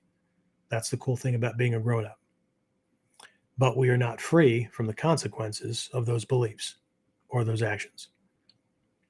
Karma's a bitch. Okay. So this is not about do or not do. This is not about act or not act. This is not about telling you what you should be believing or not. This is a cautionary tale based on the comment of one person. And my YouTube channel, my videos, my whatever, right? They're rife. God, I could have picked how many people, James? Holy shit. Comments, right? One guy, right? I mean, here's a neutral one. It's obvious this guy's never been in a fist fight in his life. I've been in very few fist fights because those are easily avoided, right? But I've dealt with trained killers. I've arrested and wrestled to the ground terrorists and shit like that. So fist fights, seriously, that's what you're going to compare? You're absolutely right. I've been in very few fist fights in my life. But I've also been in occupations where I couldn't back down and I had to go get that guy who was fully armed, had lots of friends, and a mistake one way or the other, we wouldn't be having this conversation. So I don't have conversations with those people. But those and the ones who throw around, insults and those kind of things, right? But they're hide behind anonymity or not, right? They're leading with their ego. They're leading with a ignorance-based belief system because they know nothing about me. And they're trying to translate things based on a couple of second video to a couple of minutes, right? They're leading with all these things, right? But what they don't ever consider, or at the very least, they're hoping that it never happens, right?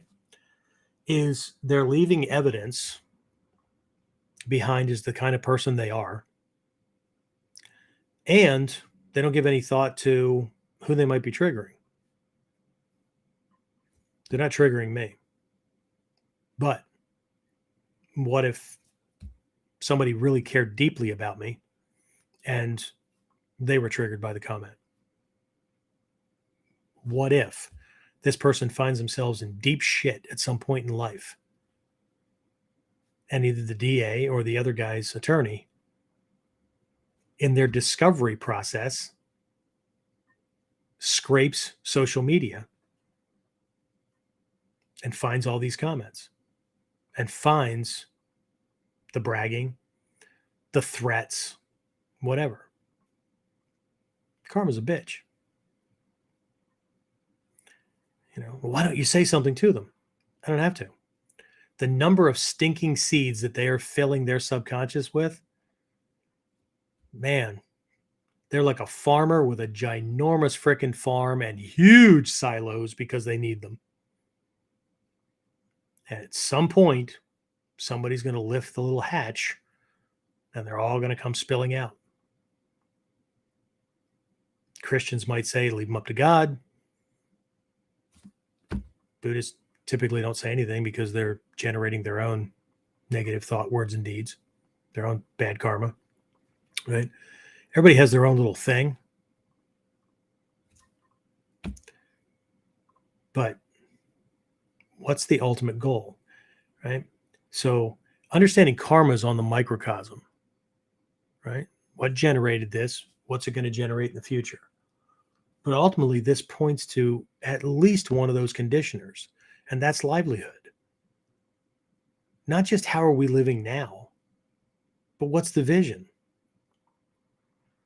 Because that's going to determine whether any given thought, word, or deed is good karma or bad karma. It's going to play itself out. One will sabotage the realization of the dream, and the other one creates, enhances, or accelerates the realization of the dream. Just like in a self-defense situation. Every action, every posture, every facial expression, right? Every tactic, every move moves things closer to resolution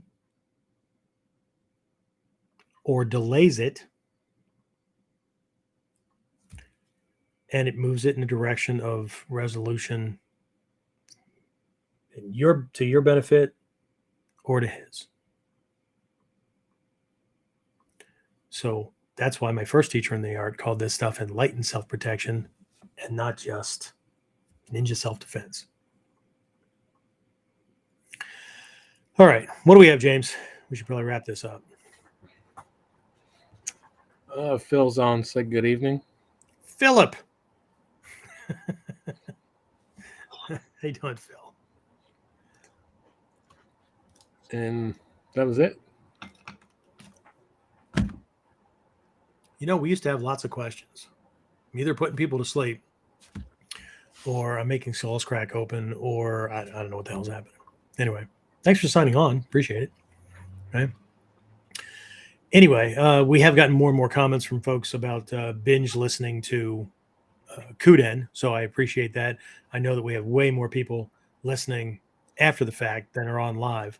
But one of the reasons for doing these things live is so we could have the interaction. So hopefully you're getting value out of this. And here's the thing. I'm going to ask a favor. I would really appreciate it. Karmically, it always comes across better when a student or a listener or whatever says something as opposed to when the teacher or whoever says it, right? Unless I would have celebrity status, in which case people believe them if they said they they shat a golden turd, right? Because I want to be just like them. Really? Have you listened to their music? Really? That's what they stand for?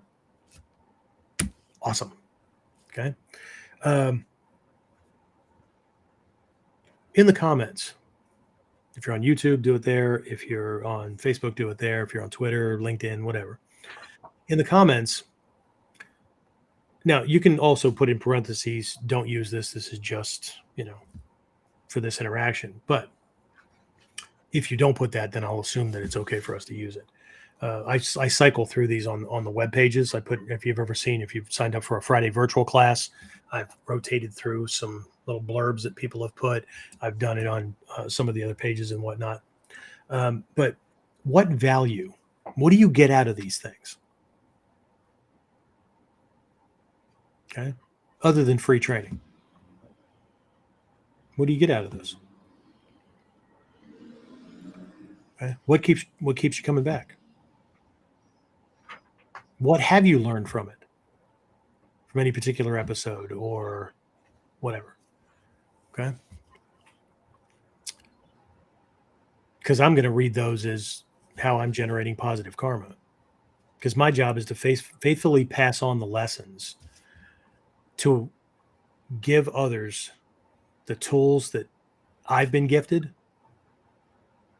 to be able to better, more easily, and more efficiently and effectively create the kind of results and outcomes they really want to be having. Okay. But what are you getting out of it? Phil's told me why he drives, a third of the way across the country or a quarter of the way across the country, right? He has a warp drive nacelle in his car, I believe, right? So he hits warp drive, and anyway, so bad karma, Phil. Anyway, right? So I would appreciate it if you would leave a little comment or whatever, and please don't. I don't want the comments to be right. Daishian Miller's great, and the way he explains things is fantastic, right? The difference between a testimonial and a case study. A testimonial is just a positive statement about the person or about the program or what, and that's fine, right? But what really produces good karma, that helps somebody else make a decision one way or the other, or that gives them a reason to pursue something more or deepens their interest, is when you can do a case study. Like, these things have helped me realize this. I've made these changes and now I produce this. Or when I came at this, I thought things were this way. I got these lessons, had some doubts, put them into action, and now I made this happen. Okay. One of my guys in the Sanju Shijidobo program, right? And again, he's using the word Mikyo as well, right? But this is where we're coming back to hindrances, okay? Because as a part of the little conversation James and I had earlier, right? Just I cannot, for the life of me, understand why people still have so many freaking complaints and excuses and shit like that about not being able to know truth, to not be able to act on things to improve their situations and whatnot, and to not be able to move forward when it can't possibly be because they don't know how.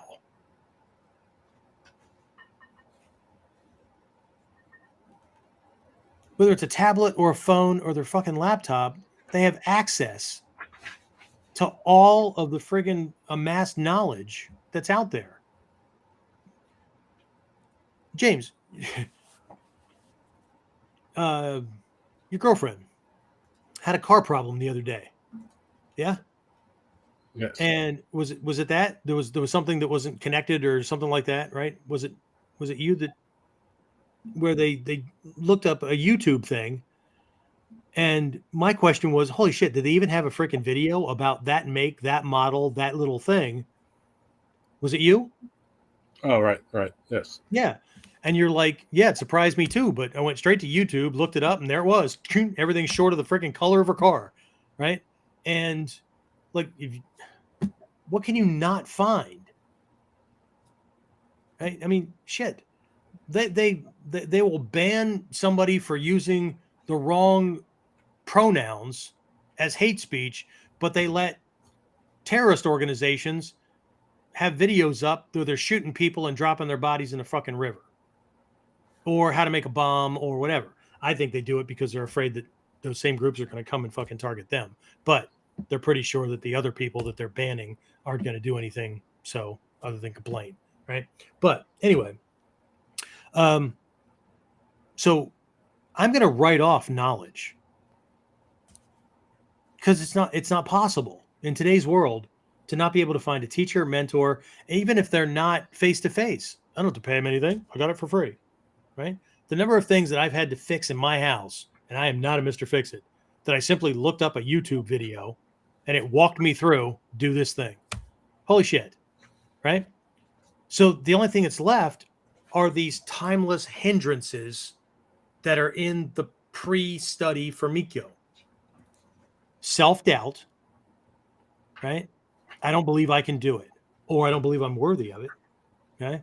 I don't trust myself, whatever it is, okay? Laziness, slothfulness, could be procrastination, could be, right? I'm already on the couch, and on the couch is one step short of it's too much fucking work. Whatever it is, right? Not willing to put in the effort, okay? Distraction. I got too much shit going on, and I can't prioritize, right? That's just, I'm just going to stop there with 3, okay? But it can't be ignorance as in, I don't know how. I get it. How many things do we look up on a regular basis every freaking day, right? That some part of the website broke. Shit, right? Okay, how do I fix that, right? This thing needs to, whatever, okay? How do I use ChatGPT to create an outline of things that, God, it used to take me freaking weeks, if not months, to do all the research on a certain student type, right? Let's say they're middle manager, they're married, and their concerns are specifically this. Great, okay? Or I'm going into a corporation, right? It's this kind of group. It's this kind of a worker class. Like I could be doing managers, I could be doing doctors or other medical professionals. I could be whatever, right? Facilities laid out this way and whatnot, right?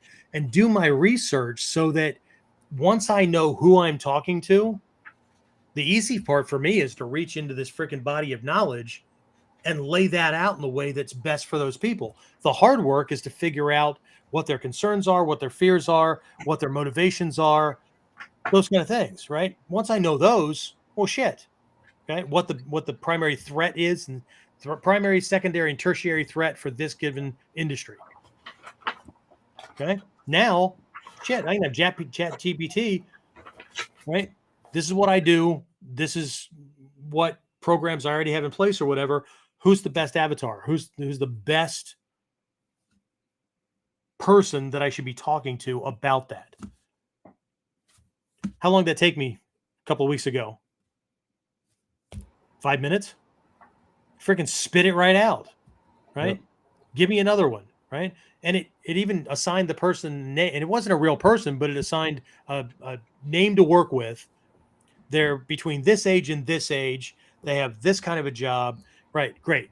What are their concerns? What would prevent them from engaging in a program? Before this, holy shit. Like I said, it would take me weeks, if not months, to put together that kind of understanding. So I'm not just throwing shit to the wind and hoping that it sticks.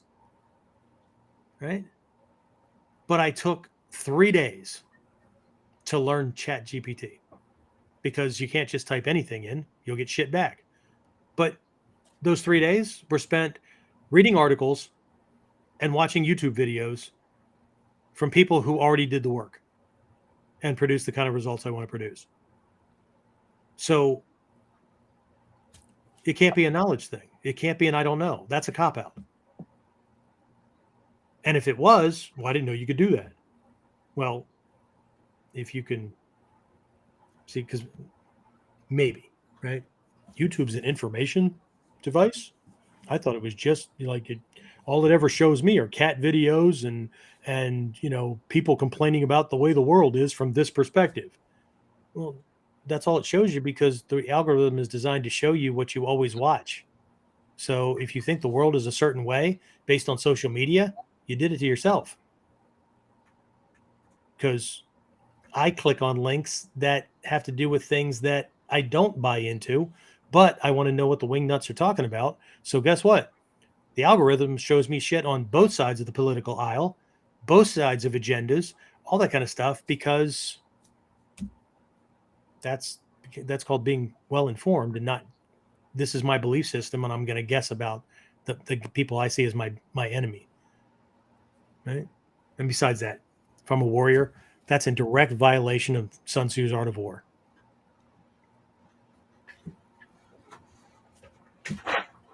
Right? We all know that one, right? It's the most bandied around quote, just like karma, just like enlightenment, just like warrior. If I know neither myself nor my opponent, I can never hope to win. Right? If I only know myself or the opponent, but not the other, for every win, I will suffer a loss. Only by knowing both myself and my enemy can I be undefeated. It's why professional sports teams spend their weeks studying video of the upcoming game with the team they're going to be playing, dissecting their moves. Do you think these guys just like get paid millions of dollars and sit around doing nothing? There's a really good documentary that my wife just watched on quarterbacks, like the highest paid, most successful quarterbacks and whatnot in the NFL. Okay. These guys, their lives are not what you keep seeing in the media. Their weeks, they have shit in their ear where they're like going over the coded plays so that the other team can't read lips and know what the hell that play is, right? There are these codes that when they get into huddles, right, they spit out a bunch of gibberish, but they're getting the gibberish from the tacticians on the sideline who put it in their ear. They have to remember this long string and then spit it out. And so these guys are doing everything from freaking memory retention training to like all kinds of stuff. Right? That's what they're getting paid for. They're getting paid to be the field commander on the field with the army. Meanwhile, the tacticians back at headquarters, who can see the big picture, not just what they can see from the 9-yard line, right? Saying, look, do this. Okay. Or, you know what? I don't know. We're pretty clear, but I don't know. They're screwing with me. From inside that, you're going to have to make your best judgment. This is no different than teachers sharing their experience because they have a bigger view. This is no different than you still have to call the shot from inside that bubble while the feet and blades are flying or whatever. No different. Okay. Doing it or not doing it all have consequences. Either way, karma's a bitch. We either suffer through the training, suffer with not knowing which decision, but making one and then monitoring things, because it's a lot of work. I've taught my kids growing up, right? Pay attention, be aware. Dad, this is a lot of hard work. I know, baby. I apologize. The good thing about being aware is that you can see problems happening before they become too big for you to handle. The downside to awareness is you have to be aware for two people. You and the other guy who's not paying attention. Multiply by how many other people that are in your theater of operation. It is what it is, right? So we either suffer through the process or we suffer at the other end. Either way, karma's a bitch. Because choosing to train and actually actively engaging in it, karma's a bitch. It's painful. Training hurts. It's confusing. Sometimes you feel like a failure. Sometimes you think you knew, and then that bubble got popped. And physically, oh yeah, it hurts. Right? Way back in the day, way back, I'm talking like early 80s, Hatsumi Sensei did an article about this kind of thing. And this is where I'm going to wrap things up. He did this article, and his point, and this might have worked into one of the books too, but he was talking about student motivation for why they train. And like some people would mention things like, well, you know, it's a good fitness workout, but it's interesting. It's not like lifting weights and everything. And he goes, getting in shape. Holy shit. Martial arts training hurts. There's a whole lot easier way with less pain to get in shape. And just go to the Y, walk, run, whatever. Okay. And other people would say, well, I train because like the philosophy is awesome. You know, I mean, just get my life in order and all that kind of stuff. And he'd go right back to, really? Yeah. But you're going to do the martial arts stuff? That hurts, right? And your teachers, if they care about you, are going to pop your ego bubble every chance they get, right? You want to do feel good stuff? Go to church, right? And he would go down a line of reasons that people would train and point out the pain and give them an easier out. Now, what teacher that is trying to manipulate people spends their time talking you out of training?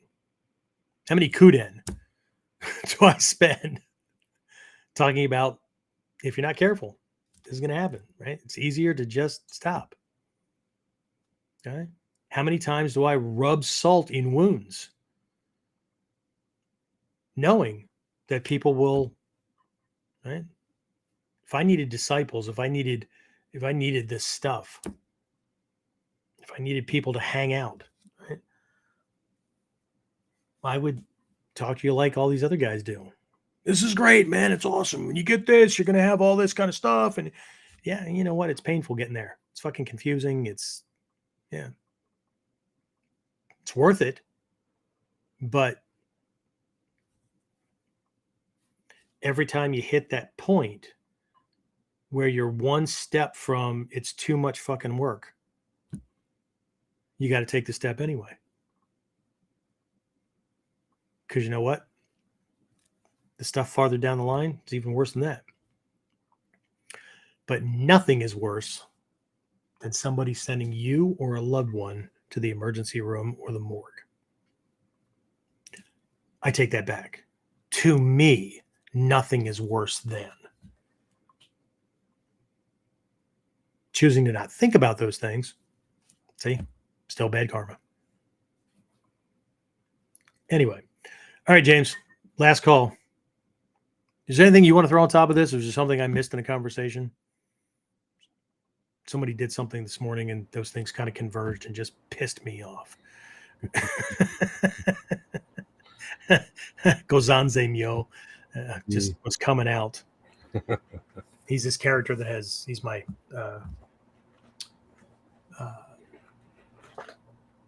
my patron deity is Kokuzo, who's a teacher at the end of the path. It's the one step beyond enlightenment and wisdom. Not that I'm enlightened, right? But it's the universe. It's a representation of the universe teaching itself. It's the loop back, right? But the protective deity is Gozanze. Gozanze is like Fudo. Everybody knows Fudo, right? But Gozanze has 6 arms. There's a weapon in each arm. He has fangs. He has 3 eyes, surrounded by flames. He is the destroyer of evil in the 3 realms. Evil includes ignorance, hatred, manipulation, just general bullshit. The 3 times are past, present, and future, for anybody that cares, right? But basically, one of the aspects of Gozanze is to act as a mirror in front of somebody who is just a jackwagon to everybody else because they're self-serving. So, in my guise as Gozanze, I don't need that person to like me. What that person needs is for somebody to tell them no. That what that person needs is for a mirror to pop up so that they can see how they're treating other people, but you can't explain it to them. So karma's a bitch. I will speak, act, and engage with that person the way they speak, act, and engage with other people. Now they can directly experience the karma that the karmic result, the karmic energy they're creating for somebody else. Now they get to experience it. And you know what? They don't like it very much. And you know what? I would say I don't care, but I do care. Because if I didn't care enough to help them break out of their bullshit living, I wouldn't engage with them. Okay. But I'm not going to avoid them like everybody else does. Because avoiding them or letting them do what they do or patronizing them, right, just enables them to continue to do the same thing. And it reinforces that habit pattern and that belief system that acting this way allows me to get what I want. I don't have to think about the shit I left in my wake because all that matters is that I got what I wanted. Anyway.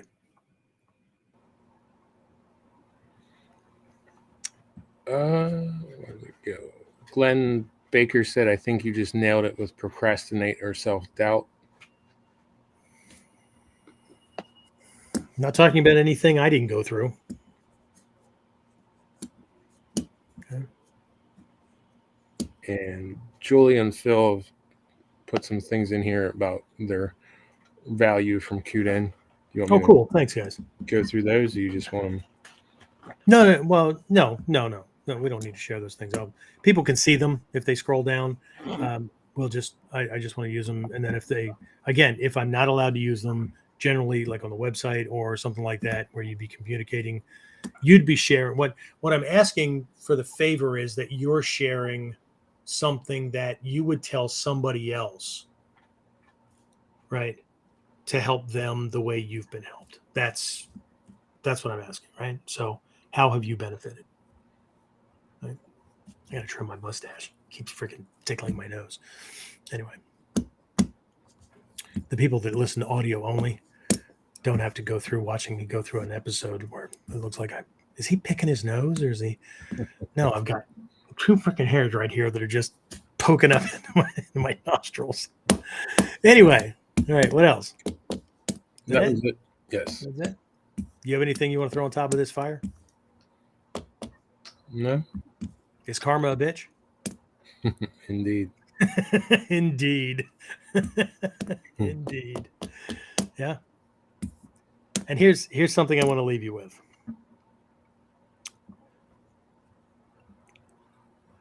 Everybody wants progress. Everybody wants growth. Everybody wants the benefit. But nobody wants the pain, the confusion, the frustration. I get it. It's the way we're wired. The problem is that you can't have it that way. It doesn't work like that. The caterpillar doesn't become a butterfly by just waking up that way. It seals itself up, it changes, and then it has to break out of that chrysalis, cocoon, whatever you want to call it. Okay? Many don't make it. I had a friend one time when we were kids. He cut open a cocoon to make it easier for the butterfly to get out because it was trying to get out and it was whatever, right? So he cut it open, right? The butterfly came out, limped around for a couple of minutes, and then just died. Okay? Because he interrupted the process. He might have nicked it, he might have cut it, whatever, right? He thought he was being compassionate. Okay. Whether it's a sword, whether it's the butterfly, whatever, right? Okay. And the last thing that I better ever, heads up, nudge, nudge, wink, wink, whatever, right? I better ever hear from my students is I can't do that. That's not me. One, you can do it. 2, no shit, it's not you. If you keep doing what's you keep producing you. You don't get a different outcome by doing the same shit. I know this is that cliche that everybody hears. Everybody nods. Everybody's in agreement. But nobody's willing to apply the changes necessary to make rapid, significant growth, because, say, another one of the hindrances is fear. What if it doesn't work out? Or whatever, right? That's not me. No shit. You're not going to be the same person when you accomplish. I am not the same person that started on this path. And I don't mean age. I don't mean anything like that. Okay. You don't listen to you don't listen to student stories. You don't listen to excuses. You don't go through the disappointment of watching people squander their potential or quit before their time or whatever. You don't spend thousands of dollars to go to seminars or Japan or whatever and have your ass handed to you and have your ego, your bubble burst and all that kind of stuff over and over again to find out how the world really works and how bad human beings can be. All that kind. You don't stay the same, right? So, and that's good and bad, but it is what it is. Okay. Not the same guy. And that's a good thing because I don't anger as easily. And the things that do anger me, right, are the things that a lot of people would want to blow off, right? He's just being him. No, he's a disrespectful fuck. He has no idea how much damage he's causing, right? And if he breaks that person by continuing to belittle them or harm them psychologically, emotionally, or whatever, they will have no chance at success. 0. And I would rather break him and make him feel bad to give them a chance than to do what everybody else is doing.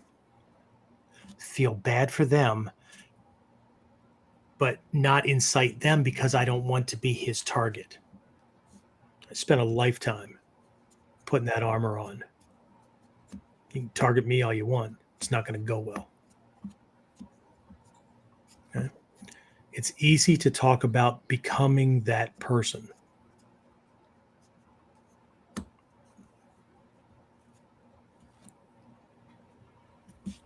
People are right. It is too much damn work. But somebody's got to do it. And that's exactly how every warrior feels. The first time I heard that was Hatsumi Sensei telling me that Takamatsu Sensei said it. Who the hell wants to be a warrior? Well, everybody wants to be a warrior. Really? Let me rephrase the question. Who the hell wants to be up at 4 a.m. in chafing armor, in wet, dew-filled grass, training, when everybody else is spooning with their honey, still sleeping? Who wants to have pressure points hit? Who wants to risk being broken? Who wants to get dazed or risk concussion or whatever? Nobody in their fucking right mind wants to do that. But somebody has to. Because when the lions show up, if we're all spooning, we all get eaten. So, and the worst dragons, worst tigers or whatever, are not the ones that are going to come at you with claws and fangs. They're the ones that are going to come at you with ignorance, desire, manipulation, and that kind of bullshit, because they're the ones that destroy the human heart. Anyway, that's all I have for this one. So, hopefully I'll see you at some point for regular training. We have, pretty soon we'll be outlining another online program we're going to be doing, because we only have 2 classes left in the Sanji Shichi Dobon program. And based on what they may want to do, We may be doing a reboot on the first 7 steps on the path of a Buddha. We may be doing the Ninja no Hachimon. I don't know, right? But we have other live ones happening because we're updating things, and we're going to be reopening the doors on the Foundations of Ninja Self-Defense Mastery Program, and also Ninpo Mastermind. So for those people who are upper levels who want that kind of stuff to a higher degree, Ninpo Mastermind is probably okay. But we did find a couple of people that signed up for Foundations of Ninja Self-Defense Mastery, right? Our Module 1 program. And they're like, holy shit, this is Module 1? Yeah. Imagine what Module 2 through 5 and then the black belt levels have in it. So James' brows go up all the time. He's like, shit. Because you've seen the other programs, right? Right. Anyway, tis what it is, right? Now you can get like 10 of them, 10 of my best programs, not mine, right? 10 of my best programs, $37, right? Get your first belt and whatever, okay? I'm not here to attract those kind of people. Part of pissing people off and part of doing this process is to make sure that, and it's been working, right? The last several people that have come to us to get into the online, the Platinum Coaching Program have binge listened to KUDEN as their primary source of things, right? But it's a tempering thing. I definitely want to talk people out of it that are not, they're not going to make it for a good teacher-student fit. We can be friends, but teacher-student relationship, I'm not that guy who's going to go, doing well, awesome, keep going. I mentioned that tonight in one class, didn't I? I asked people what they learned at the end of class, and oh God, it was painful. And I looked at somebody else besides James who's in the our Shinobi Kai program. I said, can you imagine me tolerating this in a Shinobi Kai class? Be a bad class. What's that? That'd be a bad class. That wouldn't go well. Okay. What do we say about Shinobi Kai? It's difficult to get in, but it's easy to leave. Yeah. Once you've decided it's not for you, don't ask to come back. Okay? Because I'm not walking on eggshells, and I'm not doing my job. I'm not harsh to be a dick. It's not about that. It's the tempering process. You're either going to be a warrior or you don't. And if you want to be a 21st century, well, you don't understand. You can't talk to people like that anymore. Well, then they shouldn't come into the program. Because if they think the bad guy is going to be nice and not push them into areas that they don't want to go in, especially the ones who know you and flip on you, oh, dude, they know you. Man, they know all of your freaking pressure points. My job is not just to teach you moves. Shit, you don't need to pay any teacher for that. Everybody and their brother has fucking techniques up on YouTube.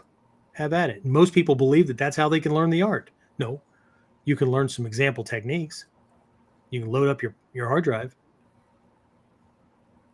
You can get some insights, but you're not getting guidance. You can't ask a video question. You can't have a video give you the hard truth. Not for longer than you're willing to take it anyway, because you can always click next. It's harder to do that when you're face-to-face with a teacher. By clicking next, or by walking out of the dojo, or by ending a Zoom call or whatever, you have to admit to yourself, them, and the universe, it's just too damn much work. And people do that all the time. They swap churches, they swap teachers. Why do they do it? Because they weren't hearing what they wanted to hear. They've already self-determined what the truth was and what truth they want to live to. And it's not really truth. Okay? Best thing I've heard lately is there's no such thing as personal truth. There's ultimate truth. There's conventional truth, which is navigation stuff, like it's 2 p.m. or it's 8:17 p.m. Eastern Standard Time now, which means it's 5 or whatever at some other place in the world. Okay, whatever. But there's truth and there's your opinion. So, one of the most painful questions my Mikyo teacher ever asked me before accepting me as a student was, do you really want to know the truth? And he gave me weeks to ponder that after giving me a warning as to why I was probably going to say yes from an egocentric perspective. Anyway, so before we put everybody to sleep, anything else? No, sir. Okay, fantastic. James, thank you very much. We'll do what we normally do when we end this. Everybody else, talk to you next week. I don't know what the topic is. Maybe one of you will inspire me in one direction or another. We'll see what happens, right? Whiteboard Wednesday is this Wednesday, and I do know what I'm covering, I think. Don't I already? I don't know if I have the graphics made or not. Whiteboard Wednesday this week is, for those who care, Master of the Katana. Wow, I already did those. Holy crap. In that case, I don't know. I think maybe it's on another set of notes. So anyway, I don't want to keep this thing dragging out. So I'll talk to everybody again. If I don't see you on live for Whiteboard Wednesday, then I'll talk to you next week on KUDEN. Get more of KUDEN Radio, subscribe through your favorite podcasting site, or join our clan of serious modern warriors at onlineninjaacademy.com.